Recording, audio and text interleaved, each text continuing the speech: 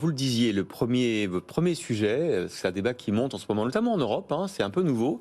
Souvent, cette revendication était portée dans certains pays, mais pas au niveau européen.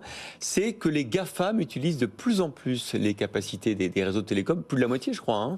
Exactement, c'est 50% de la bande passante en moyenne qui est utilisée par les GAFA et par 5 entreprises seulement, Ouais. et même 80% à certaines heures de la journée. Notamment, évidemment, on pense aux plateformes de streaming comme Netflix. Hein. Exactement, les plateformes de streaming, mais on a aussi Amazon notamment, donc Netflix, YouTube, Google.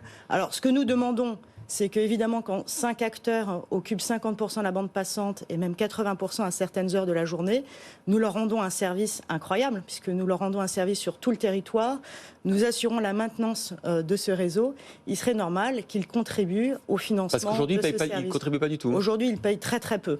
Ils payent pour acheminer jusqu'à nos frontières, mais évidemment, la logistique du dernier kilomètre, des derniers 100 mètres, du cœur des réseaux des opérateurs télécoms jusqu'à vos maisons, c'est nous qui l'assurons. Et pour ça, il faut que l'Europe soit peut-être plus proactive sur ce sujet-là. Absolument. La commissaire Vestager, le commissaire Breton ont annoncé une initiative d'ici la fin de l'année. Ouais. Et donc, nous allons participer à ce débat pour voir quelle forme exactement pourrait prendre cette contribution des GAFA au financement des réseaux télécoms.